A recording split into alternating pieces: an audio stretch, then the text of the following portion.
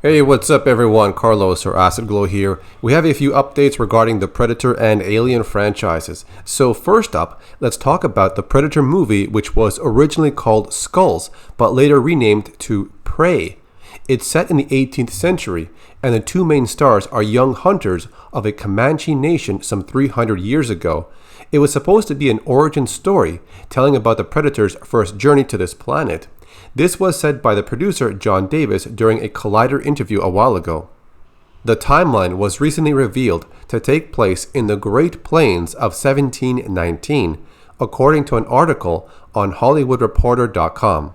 But here's where things get a little confusing. If John Davis said this movie was the Predator's first journey to this planet, which takes place in 1719, then they must have forgotten or ignored the story of Raphael Adolini and the grayback predator in 1718 from the comic books. Yes, I know, the flintlock pistol in the Predator 2 movie ending dates back to 1715, but maybe that date was when that weapon was created or when Raphael's name was engraved on it. If we go by the date of the comic book story, which shows the year 1718, this is where Grayback meets Raphael Adolini in the Guinea coast. That's 1 year before the time period of the Prey movie, which is in 1719. So how can they say the movie is the first time the Predator came to this planet, when Grayback Predator was already on Earth 1 year before? Do you see what I mean? It does not make sense at this point. I wonder if they just made a mistake saying this was the Predator's first journey to Earth. Anyways, the timeline for both of these stories are very close to each other. It's just 1 year apart, which left a lot of fans thinking, is it possible that they might mention Raphael Adolini in the movie somehow?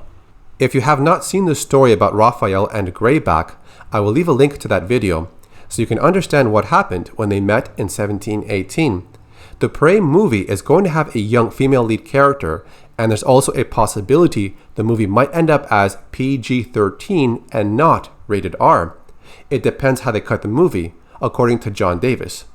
A lot of fans were hoping for a gory rated R film, but they might aim for a PG-13 rating to reach a bigger audience.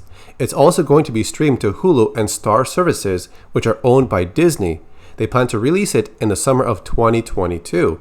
John Davis also said, it's going to be, I believe, the second best or the first or maybe equal to the first one.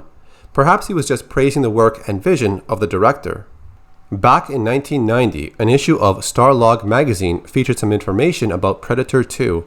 Writers Jim and John Thomas talk about the movie during its early development. One section even mentions the timeline of the Predators visiting Earth.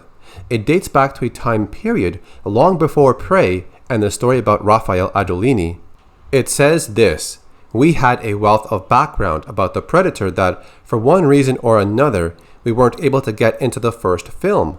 With the sequel, we've been able to tell all the backstory and basically catch up. For instance, we discovered that the Predators are a race of hunters and sportsmen who've been visiting this planet for 700 years. We're able to show his spacecraft for the first time and basically get down to the mechanics of what he does. We explain to the audience in no uncertain terms that the creature is not a psychopathic monster and that its motives and agenda are pure. This part of the story never appeared on film. It was removed from the future versions of the script, but it did appear in the second draft from December 15, 1989 called Predator 2: The Hunt Continues. When Harrigan is being briefed by Agent Keyes about the city hunter and the incident with Dutch 10 years ago, there's a section that mentions the Predators could have been on Earth even before these two recorded events. It says this: that's right, Lieutenant, an OWLF, otherworldly life form. The incidents in Central America and now here are the only verifiable contacts between humans and an alien species. In a possible history dating back to 700 years ago, this is the first time that we know of one of them has chosen to visit a population center to hunt us. Even though there is no actual story from 700 years ago, they were only speculating the Predators could have been visiting Earth since the year 1200. So it's hard to say if this Prey movie is really the first time the Predator visited Earth. The date engraved on the flintlock pistol was originally set for the year 1640. They kept this date for about 3 revisions of the script. Up until the final version, which was used for filming the movie, it was then changed to the year 1715. The comic book also had the year 1640, but it had a different name on it. It said Vito della Mirandella, Anno Domini 1640. So it's hard to say if the Prey movie is really the Predator's first journey to Earth in the year 1719, when we have a possible history with them dating to around the 1200s, according to the writers Jim and John Thomas. Then we have the comic book story of the pistol dating back to the year 1640, which was the original date set by the script until it was changed. The final draft of filming for Predator 2 then had the pistol dating back to 1715, but Grayback actually met Raphael Adolini in 1718. And now onto some Alien news. It looks like a new Alien movie is in the works. An article posted on the Hollywood Reporter has information about this.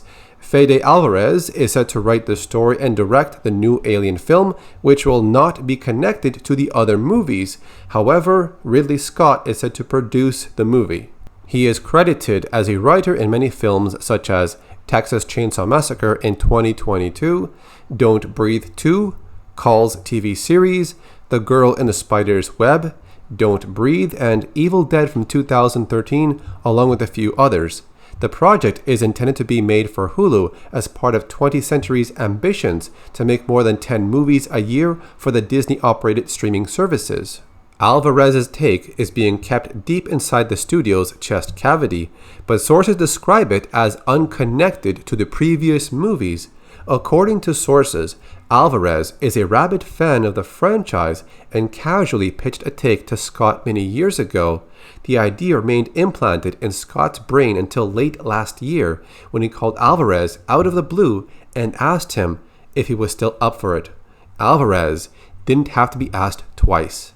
20th Century picked up the project purely off the strength of Fede's pitch, said division president Steve Asbell. It was just a really good story with a bunch of characters we haven't seen before.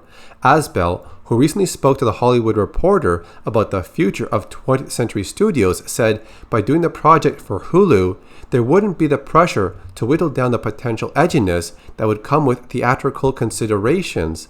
It's not a film that has to be all things to all people with those gargantuan budgets. They get to be authentically what they are, and this is closer to its genre roots. There's also an Alien TV show to appear on FX, but the recent news about this appeared on ScreenRant.com. This project is still in pre-production and won't begin filming until 2023. The cause for the delay is due to the massive scale of the project. A few plot details were revealed, such as it will not feature Ripley, who is part of the first 4 Alien films, and the series will explore Weyland-Yutani's tech rivals and will be primarily set on Earth. Since filming won't begin until 2023, it's likely that the series itself will not premiere until late 2023 or possibly early 2024. The last Alien film was in 2017 with Alien Covenant. So that's all the updates I have for you regarding these 2 franchises. If I missed anything, feel free to share it in the comments section. Thanks for watching. This is Acid Glow, and I'll see you next time.